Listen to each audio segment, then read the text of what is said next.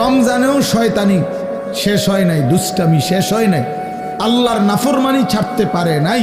আসলে এটা শয়তানের তুনো বড় শয়তান, কারণ মেন শয়তান তো বন্দি, মেন শয়তান তো শিকলে বন্দি। তাহলে এরপরও এইটা শয়তান রমজানের ভিতরে কেমনে নাফরমানি করে, তা আমার মনে হয় এইটা ওইটার চাইতে উপরে ডিগ্রিওয়ালা শয়তান। এই জন্য যে এই শয়তানে বুঝাইতে চায় যে ওই শয়তান রে বন্দি করলে কি হবে, আমি তো তার থেকে শিখতে শিখতে তারে ডিঙ্গায় গেছি, আমি তো তারে ডিঙ্গায় গেছি,